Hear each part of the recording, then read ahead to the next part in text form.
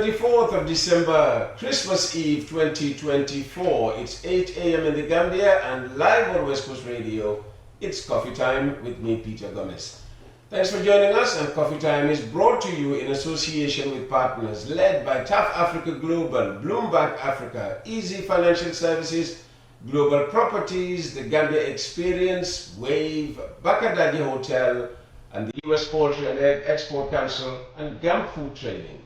Did you know service plots are now available at Baki? Welcome to Baki, Tough City's fourth residential estate. Yes, service plots available at Baki with 3 years interest-free payment plan with a minimum deposit of only $94,000, and it will come with fence plot, water recirculation, electricity, solar street lights, and bituminized internal roads. Are you ready to build your dream home for yourself? Call us now. Let's start the newspaper review with the point. 77% of Gambians say country going in wrong direction, survey finds. MOJ discusses progress of post-TRRC implementation. Police assure maintenance of law and order ahead of Christmas. Patrol Africa welcomes Gambian Special Tribunal. Justice Minister tables draft constitution before deputies. PPP elects Usman Fall as new party leader, and Gambia has low HIV prevalence according to the NAS director, that's the National AIDS Secretariat. Next, Foroya, lawyer, says dismissed lecturers yet to accept UTG proposal. First reading of the Constitution Promulgation Bill has been done. Senegal-Gambia trade reaches landmark heights. Gambia's healthcare delivery marred by inadequate psychiatrists. Ibrahima K.S. Damfa appointed deputy ombudsman, and UTG's longest-serving cleaner opens up on career hurdles as documentary film captures her silent sacrifice. Next, we pick up the Voices front page. UDP NAMs walk out of Parliament due to Speaker's decision to eject NAM Saho from Parliament. Dua Jabi Gamo attracts thousands of Muslims. My Fati says corruption is endemic in Gambian society. Gambian migrant advocate rallies support amid rising death toll in Mediterranean Sea. Rohi Cham crowned Miss Gambia Beauty Pageant 2024. That should be Miss Gambia Beauty Pageant winner 2024. SRN Steels embark on massive cleansing exercise at Brufut. Bakwe returnee admits guilt for stealing from Megabank, and NEA dialogue with religious leaders on environmental sustainability. And finally, the Standard. Survey says majority of Gambians disapprove of Barrow's performance. Assembly erupts into chaos after Speaker ejects UDP lawmaker. Mayor vows not to work with NPP-imposed lady councillors. And APP's Gumbo Ture says unified political force needed to effect change. And that was your first look at Tuesday's newspapers. We thank the editors and reporters of The Point, Foroya, The Voice, and The Standard. Looking for an establishment where value for money and unrivaled services with admirable turnaround time is guaranteed? The Port of Banjul is the perfect place for you, a vital gateway for trade offering connections to numerous global destinations. With improved infrastructure combined with a flexible tariff, the Port of Banjul remains a vital node in maritime trade. Along with its dedicated workforce, efficient service delivery, technology-inspired innovation, and an impressive record in handling all types of cargo, the Port of Banjul is also widely acknowledged as one of the safest ports on the continent, with no history of piracy. As a major player in the region's maritime trade, accounting for 90% of all imports and exports, we are more than just a transit point, but a vital cog in the global trade sphere. Come experience a hassle-free fast customs clearance inspired by our simplified trade documentation procedures, safe and efficient cargo and vessel handling. The Port of Banjul offers prompt, reliable and value for money service, and customer satisfaction is guaranteed. Sir, meanwhile, it's been a year since this same legislature belatedly passed a bill to prevent corrupt practices in government and business. But 12 months on, there's still no sign of a commission to implement the law, leaving political analyst and former Information Minister Demba Ali Jawo questioning the political will of the Barrow administration to fight rampant corruption. As usual, DA's latest opinion piece is read on Coffee Time by Lamin Cham of the Standard newspaper. The Ghanaian president-elect John Dramani Mahama, as part of his transitional preparations, had set up an anti-corruption team whose role would be to put in place strong and effective anti-corruption policies for his incoming administration. While that seems like a positive indication of the president's commitment to fight corruption, only time would tell whether it is the new broom syndrome quite common with many new African governments or a genuine commitment to fight the menace of corruption. Even here in the Gambia, we too had seen a similar commitment by the government of President Barrow when it first came to power in 2017. Quite a lot of noise was made with regards to the determination by the new administration to fight the rampant corruption inherited from the Yahya Jammeh regime. We also saw the drafting of an anti-corruption bill which was submitted to the National Assembly for enactment. However, instead of pursuing the matter with the same vigor, the bill was virtually abandoned in the National Assembly for almost 4 years, with hardly anyone showing commitment to getting it passed. It was not until December 2023 when it was eventually passed, though with quite a lot of watering down by supporters of the government, making it much milder than was initially anticipated by its architects. It is now more than a year since the passing of the bill, and there is no indication as to when the long-anticipated Anti-Corruption Commission would be set up, which itself is an apparent manifestation of the government's lack of political will to tackle the rampant corruption pervading the economy. Everyone is therefore wondering why it has taken this long for the government to set up the commission when corruption is continuing to ravage every sector of the society. We continue to hear numerous audit reports of fraud and other corrupt practices in several public institutions, but virtually nothing seems to be done about them.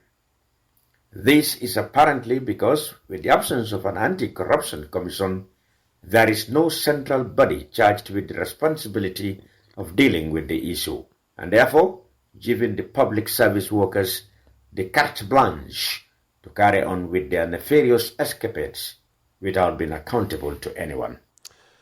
The thoughts of Demba Ali Jawo, better known as D.A. Jawo, vocalized there by Lamin Cham. And the article will now be available on DA's Facebook wall.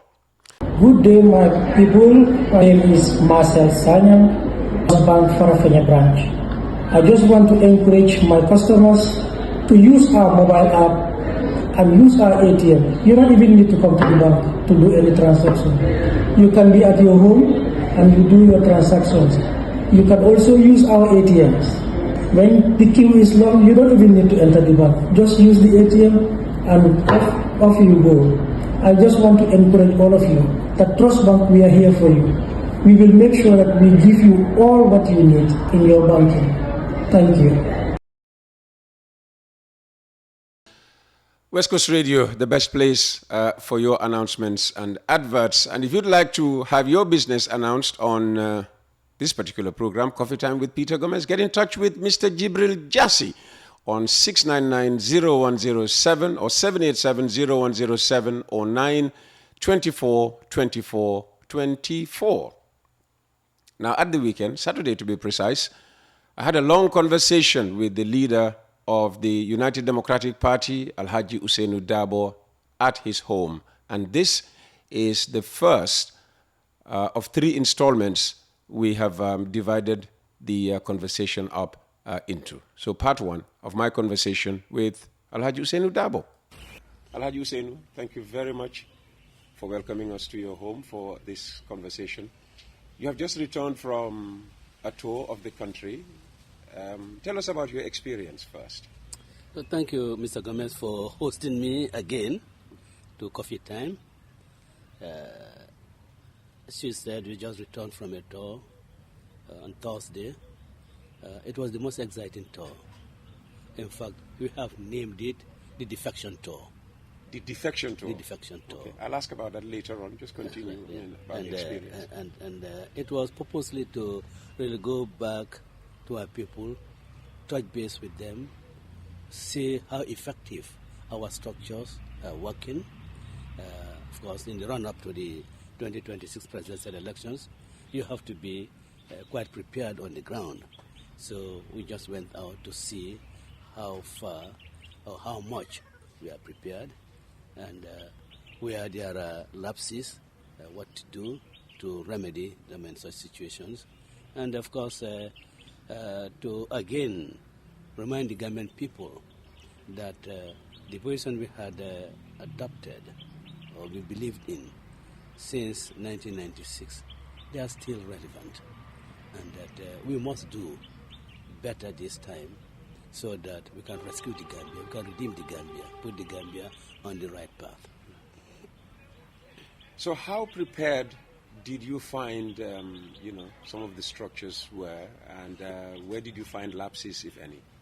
Well, certainly there were lapses, particularly in URR, and that is because their moral was dampened. Not that they had lost faith in their party, but then their moral had been dampened, and that their activities were not as frequent as you have in other parts of the country, in NBR, in LRR, and in parts of CRR South, and also in part of CRR North, because CRR South, district like the Nyaminas, and in CRR North, district like the Salums and Nyanija, the activities of UDP's activities were not very frequent as we expected it to be. So we realized that, and I think the tour has energized those people, boost up their morals, and in fact they are also working hard. And in fact, CRR North, in areas of CRR North, there are a lot of defections, even in the salons. And that's why you're calling it a defection tour. Defection tour. Defection tour. And in URR in particular, where we know the president is from, and probably because of that, the NPP and its coalition partners are very strong. Is that what has weakened? Is it a question of, the ruling parties weakening the UDP in those areas? Well, it is because the ruling party really weakening people in the area. I mean, there has been this idea of we have come from the same region, so support the president. President Jammeh came from West Coast region, and the people of West Coast region supported him 100%. Why shouldn't you support A.N.M Barrow, who comes from the Wapa River region? So those sentiments, which I really do not think should be considerations, and of course also there was this issue of we have built the roads, we have built the bridges, we have built bridges for you. Now the roads in the CRR in URR North, I think those were projects, because even since at that time you used to hear Lamenkoto to Pasamas. Mm-hmm. These were projects that were conceived well before we went into politics, and their actualization really started in Jammeh's time. This is the truth, and this is what people must be told. But then President Barrow takes it as his own, pretends as they conceptualized it, conceived it, and then executed it. I don't think personally, I don't think there is anything wrong for President Barrow to say, look, these roads were conceived, yes, maybe funds were provided, but I pushed it. to finish. I could take credit for part of it, but you cannot take credit for all of it. And on the bridges and the roads, on the Basel-Fatoto road, also played on the minds of the people. And I have, I tried as much as possible to be modest. I don't want to blow my own trumpet. I don't want to praise myself. But this time, I did tell the people of URR that, look, true, I had the opportunity of traveling to China at the invitation of my colleague, Prime Minister Wang Yi. He invited me to China, which I'm very grateful to him. And indeed, on my visit, I went with a shopping list. And indeed told President Barrow that this is the shopping list that I'm going with, to ask the Chinese authorities to help us. Maybe the Chinese authorities can even take Gambia as a model for their developmental ideas. How much they have fought poverty, how they have converted small fishing villages to now in huge industrial commercial life. How that will maybe can benefit from that. And road was one of the items on my shopping list. And I did mention to specific areas of the country, Kiang, that was virtually inaccessible because there were no roads. And I felt also sorry for Nyanija because I discovered that during the campaign period that I went into the area with my friend Ahmad Ba, I discovered that Nyanija, you could only have access into the hinterland of Nyanija on Wednesdays.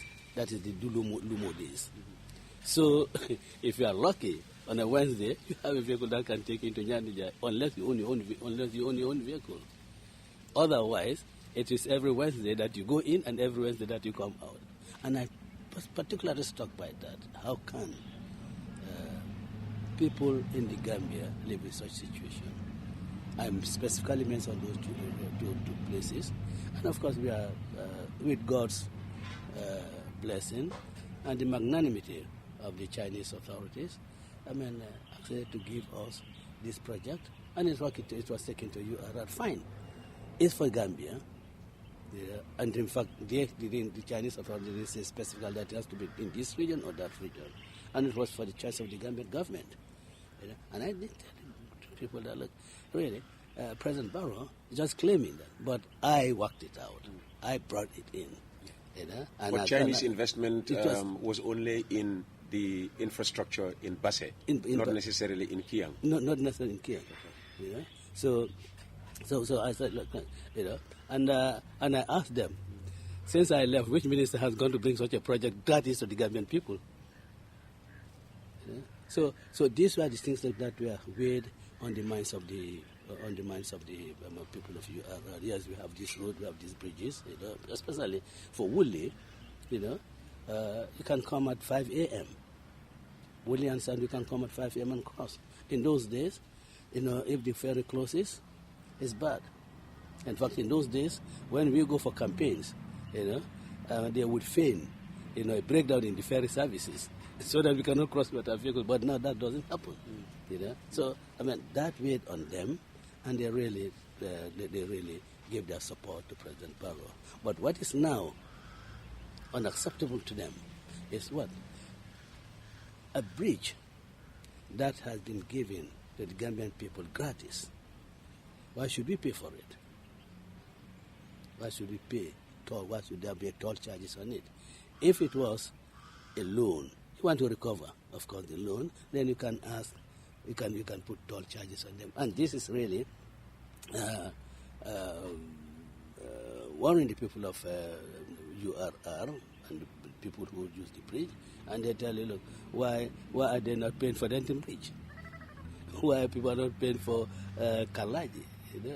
Those are valid questions. Yes. But again, the point, could be made that we need to maintain the bridge. Absolutely. And we can't always go to Absolute- donors to say, absolute- well, give us absolutely. money because the bridge is too old. and it needs to Absolutely, be- absolutely. We need to maintain the bridge. We need to maintain the bridges. There has to be funds for the maintenance of the bridge. Then because the licenses that you pay for, the road tax and all those things, should So the cost of maintenance should come from that. Should The money that we give to GRA. That's right. Should they really not be banked, to take care of the maintenance cost that may arise if you have to do one. So if you say, because Yahya Jammeh came from Kanilai, the West Coast region voted for Yahya Jammeh, Barrow is now from Basse, and the URR is voting Barrow. Is it fair to assume that coming from the LRR, that the LRR is predominantly also Darboe and the UDP? No, I don't come from LRR. You come from? I come from CRR. Of course, sir, from CRR. Okay. Banza is in CRR, and of course, I'm not dominant. I do not have dominance in CRR. Yeah. And I mean, So what do you think about this politics of regionalism, if you like? it is bad. Just because It is- Peter Gomez comes from it is- Banjul, it he is- says, well, everybody in Banjul should vote for Peter It Gomez. is not right. It is not right. You have to. How do we overcome it? Because it seems to be etched deep into our politics. Well, we overcome it by the political actors, the politicians, not carrying that type of message to the electorates. Then ask people to vote for you because you come from the same region. Honestly, you see, in 2018, our first visit to the United Nations, at our Friday prayers in one of the mosques at the end, I was shocked By what? by a statement by a friend, a colleague, a brother, when he told the congregation, and this was a congregation made of Sarahulis, and when told him that we should support, he is one of us. I was shocked by that. I don't think you should support anyone because he's one of you. I have had my own close relatives who have been supporting Jammeh, and I do not hold it against them because I believe that is, they believe in Jammeh's policies. I do not believe in my policies. And it didn't in any way interfere in our personal relationships, in our family relationships. It never caused any fractures in our family relationships. And I think it should be that way. People should be, people's decisions should be determined and controlled by the genuine, not false, by the genuine programs that the politicians bring to you, not sentimental things. Of course, people will have personal liking for you. Of course, when anybody has any personal liking for Barrow, why should anybody have anything against him for that? I admire him for this or admire him for that. I think that is okay. But it should not. That should not be the matters that should really lead to really the election or selection of a government. Of course, Barrow started life in the UDP as a member of the party, and very often you hear that this tribalist tendency in our politics was actually started and driven by the UDP, and there's a phrase that they throw up all the time, Badia Fasa. I mean, how do you explain this allegation against the UDP? Well, see, this started in Jammeh's time. And that is, they do not have anything to say or contradict our UDP's programs. So, this very, detestable campaign, that's what they embarked on. And indeed, even Jammeh started it before the APRC was formed. It was during the transition period. And banging on tribalism in this country. And there has been no tribalism in this country. No tribalism. I do not know, I'm not aware of any agenda that is driven by Jawara, that is driven by tribal concentrations. Jawara was in fact the biggest unifier in West Africa. And UDP, yeah, we was formed with all tribes in it. Wolofs, Ibumane, Amatal, Ajiam Sak, and all those people. Tairu John, you know, Okuta Thomas, Christian Davis, all those people. But then, because they saw, how much UDP was going with this accelerated political ascendancy, they said, look, poison people's mind and say, look, this is a tribalistic party. I am Mandinka. And all other political parties in this country are led by people who belong to other ethnic groups. But why do they want to describe us as Mandinka? Remember, NCP was also tagged as a tribal party. So this calculated propaganda which have absolutely no validity. I asked them, tell me the tribal agenda that UDP is driving. Tell me. We say this should stop.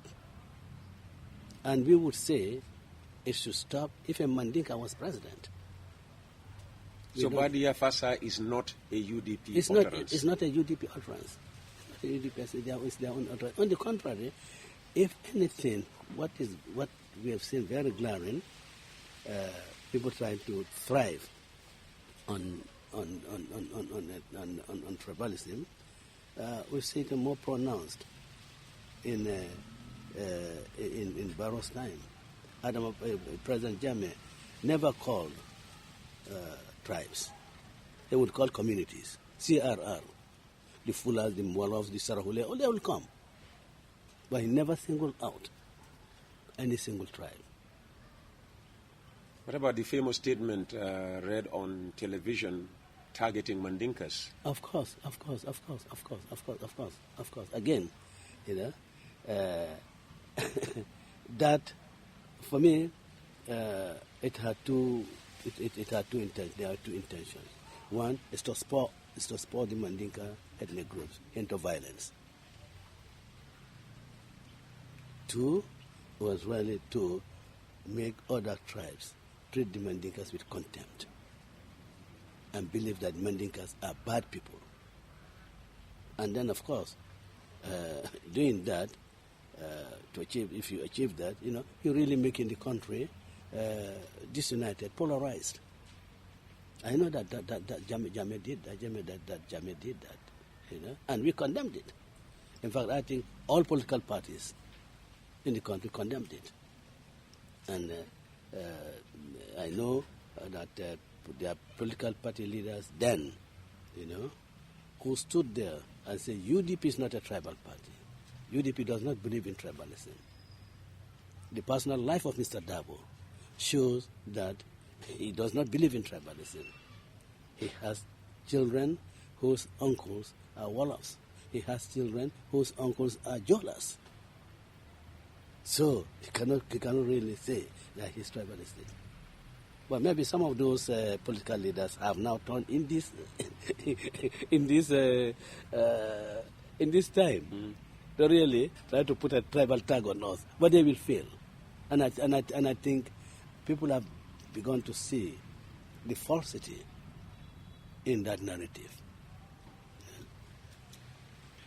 So how do you interpret the president's reported private conversation during his tour with Mandinka communities, where he lamented the fact that Mandinkas in that particular area have tended to always vote opposition.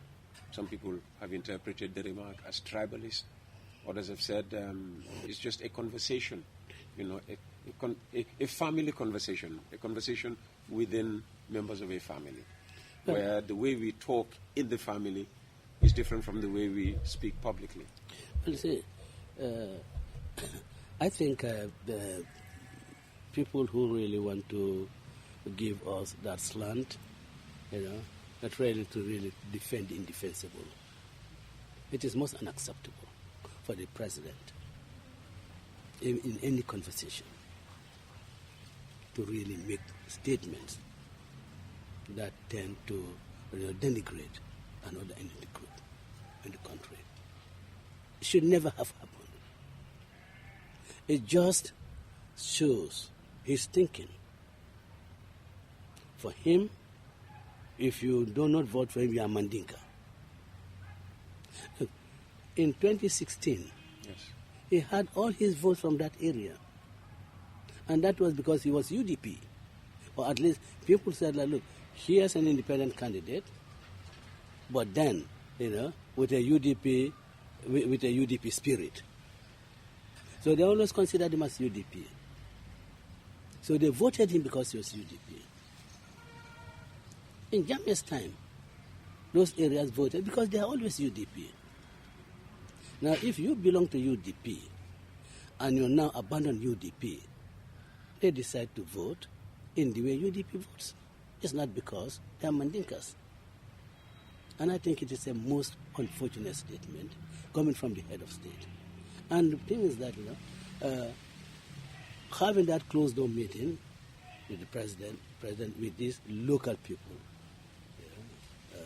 people who really, even the presence of a regional administrator overawes them. The president was, using the Grand Office to really intimidate those people. That is what he was doing. Intimidate them, accusing them of being tribalistic. Using the Grand Office. It was most unfortunate statement. I have always said that the president should be inspiring. Even when he cracks jokes, it should be inspiring. You shouldn't allow your aides to be coming and to try to explain, well, this is what he meant, this is what he meant. He really said what he meant. Start to look like that you people are Mandinkas, you don't want to vote for me. You don't want to. But in 2016, he never said that about them. And I have never, and I will never say that those people who voted for me in areas that are predominantly other ethnic groups, I wouldn't say that they voted because they are not Mandinkas. I say because they probably do not appreciate and understand the programs I'm presenting to them. So I have a lot to do to convince them to accept my programs. Did you meet these people as part of your tour? These people. Where he made these, how did you counter the narrative? Oh yes. In LRR, yes. No, in LRR, no, I really try as much as to avoid, because we do not want this kind of discourse to dominate. You don't want to stoke emotions. We don't want this kind of tribalistic discourse, this kind of discourse to dominate our political activities. It's not right, because you will not be setting a good precedent. Yeah, you'll not be setting a good precedent. I mean, you must have said something, to assure them, to reassure them. No, I have said, look, you vote for UDP, because UDP is not a party that is based on tribe. UDP is for every tribe, irrespective of your region. Yeah, certainly. And I said that they must ignore those type of things. And I said that, look, you must not go to the Gambian, to the Mandinka community and try to make statements that appear to be really disrespectful, and that you should be respectful not only to Mandinka but to every community. Not only to the Mandinka but to every community, particularly elders. I said the Mandinka community, the Mandinka elders and elders of other ethnic groups. You must be respectful to them. You said moments ago that President Barrow abandoned the UDP. Was he not kicked out of the UDP? He wasn't kicked out. He abandoned UDP. Why did he abandon UDP? I mean, this is, after all, the party that made him. Absolutely, and, it was on the strength of this party that he became president. Absolutely. So why would he want to walk out? Of the party? Absolutely. And I think the honest answer should be from him. We can only conjecture from events. He did say in Sukta that Fabaka Tombonjata and Sidinjai,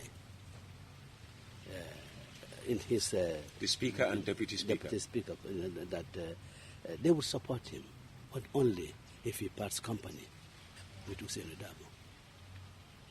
And he said when he was told that, he was shocked, and really they put him in a state of confusion. How could he do that? But in the end, he did it. So it was not me. And he was also told that, look, if you do not assume leadership of the UDP, then that is a coup d'etat. I mean, some of his aides who spent some time in America, they do not understand American politics, but then they want to bring the status of American politics here. Say that, when you are president, you are leader of your party, that nobody should contest against you. Forgetting that Jimmy Carter, if they knew, Jimmy Carter. So really, I think the Democrats, within the Democratic Party, there were other contenders against Jimmy Carter, in fact, two other presidents. That the leadership of the party in the United States does not necessarily mean that you cannot have any contestants against you. But that's what they told him. And then he said that, look, anybody want to run against him, that is a coup d'etat. Oh. Now he did say, this is on record, that is a coup d'etat. But he was misled. So he wanted to be handed the leadership of the UDP on a silver platter. And he could have got it. He could have? He could have got it. How? If he did things in the right way. He could have got it. What would have been the right way to go about this? The right way to go about it, would have been really to stoop down and say, I belong to this party. Because I have always been saying that we need to give space to the younger people in the party. If he had approached us and not tried to use his office, then he would have got it. And let me tell you, when I was appointed vice president, the first cabinet meeting, I was shocked. I won't name the particular minister.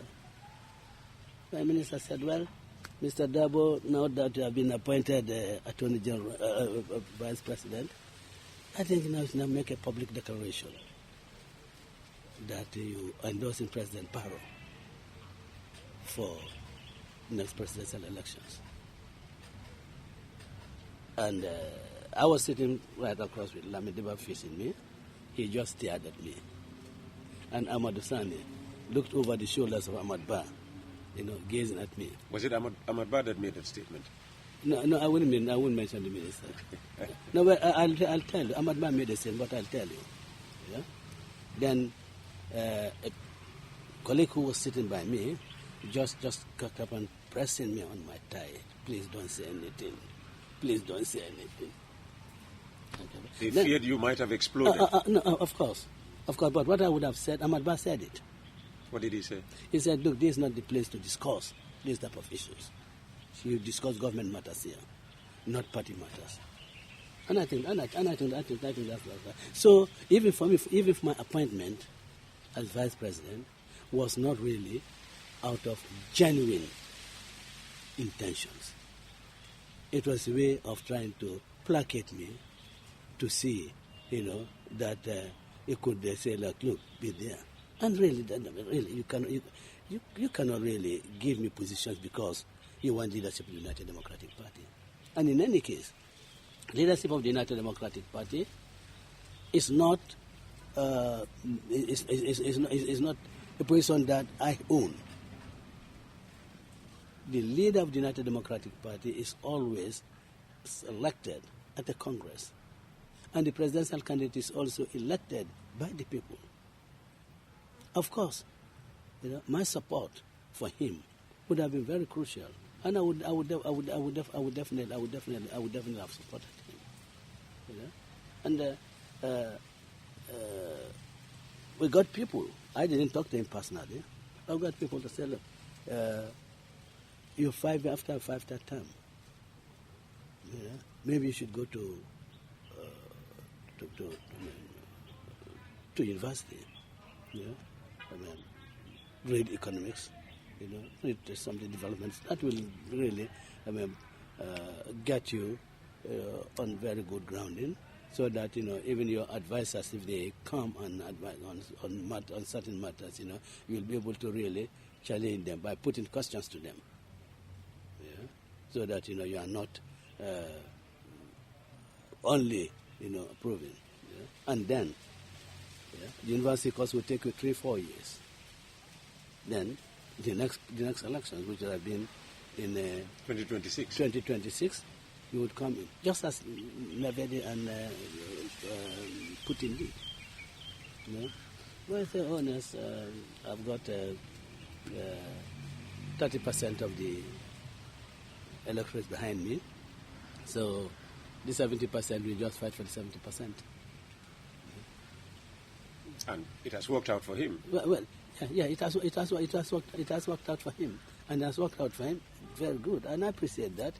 But it has also worked out for me that I maintain my stand, my principle, that you do not induce me to taking decisions that I do not think are in the best interest of my party. Yes, but people have to stand or fall by principles. If you do not have principles, you will be carried away. And I cannot compromise.